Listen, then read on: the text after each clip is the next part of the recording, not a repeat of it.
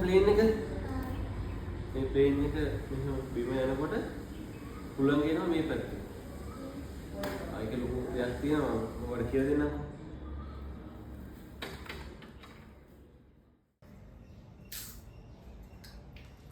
දැන් ප්ලේන් එක ගොන් ගත කරන්න යන්නේ.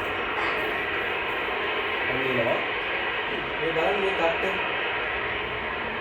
ලොකු තට්ටක් තියෙනවා. මේක මේ තට්ටේ හැඩය තියෙන්නේ මට දෙන්නත් බෑ මෙන්න මෙහෙම හැඩයක් තියෙනවා විශේෂ හැඩයක්. ඒක පෙට්ටි වගේ නෙවෙයි බෝල වගේ නෙවෙයි ඒක විශේෂ හැඩයකට හදලා තියෙන්නේ. ඔන්න දැන් ගුවන් ගත කරනවා. ප්ලේන් එක උඩ යන්න යන්නේ. ඕනවා උස්සනවා මේ වගේ හැඩය මේ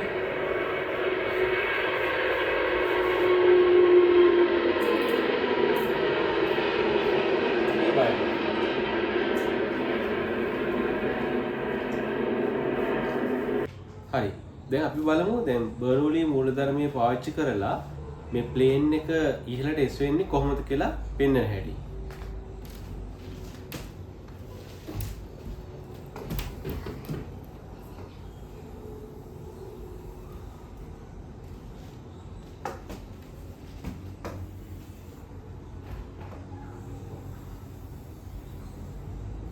මේ තියෙන්නේ ගුවන් යානයක තට්ටක හරස්කඩක්. එතකොට මේ ගුවන් යානය ඉදිරියට ගමන් කරනකොට වාතය ඊට විරුද්ධ පැත්තට ගමන් කරන්නේ. වාත ධාරා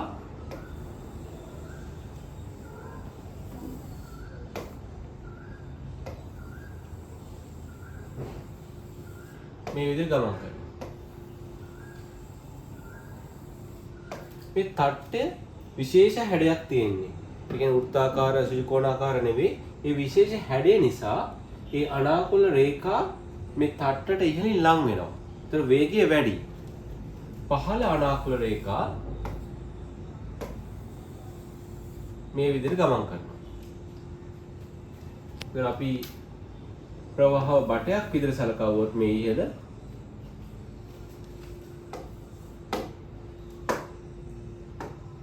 අපි තට්ටට පහළින් වේගය අපි සලකමු v1 කියලා.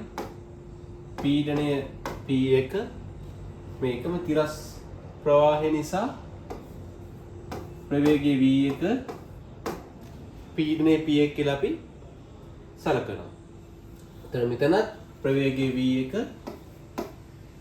පීඩනය p1 තට්ටට ඉහළින් ප්‍රවේගය v2 පීඩනය p2 ලෙස සලකනවා.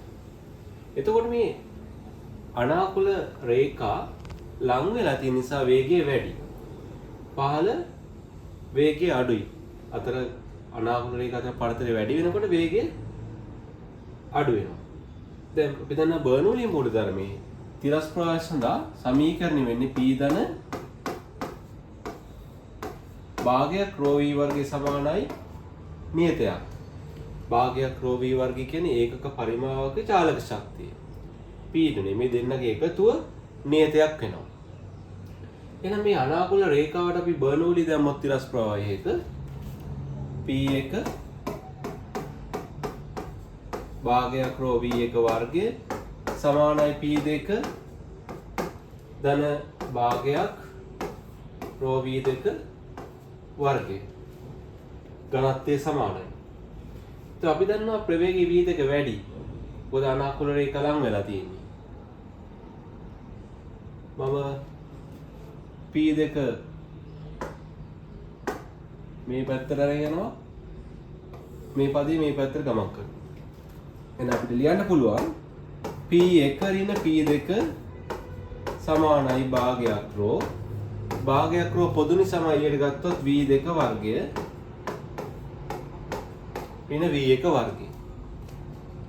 දැන් මේකෙදි අපිට පේනවා v2 කියන වේගය විශාලයි v1ට වඩා.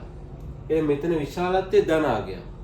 විශාලත්වයේ ධනාගයක් කියන්නේ p1 ඍණ p2 කියත් විශාලත්වයේ ධනයි. ඒ කියන්නේ පහළ P1 පීඩනය P2ට වඩා වැඩි.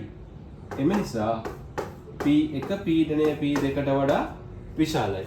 තට්ටට පහළින් ගුවන් යානයට පහළින් පීඩනය වැඩි ඉහළට වඩා. ඒක නිසා වැඩි පීඩනයේ සිට අඩු පීඩනය දක්වා ඉහළට එසවුම් බලයක් ඇති වෙනවා. තෙරපුම් බලයක් ඇති වෙනවා.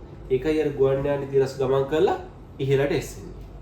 හරි. ඒක තමයි මේ ගුවන් යානය ඉහළට එසවීමට හේතු වෙන්නේ. right.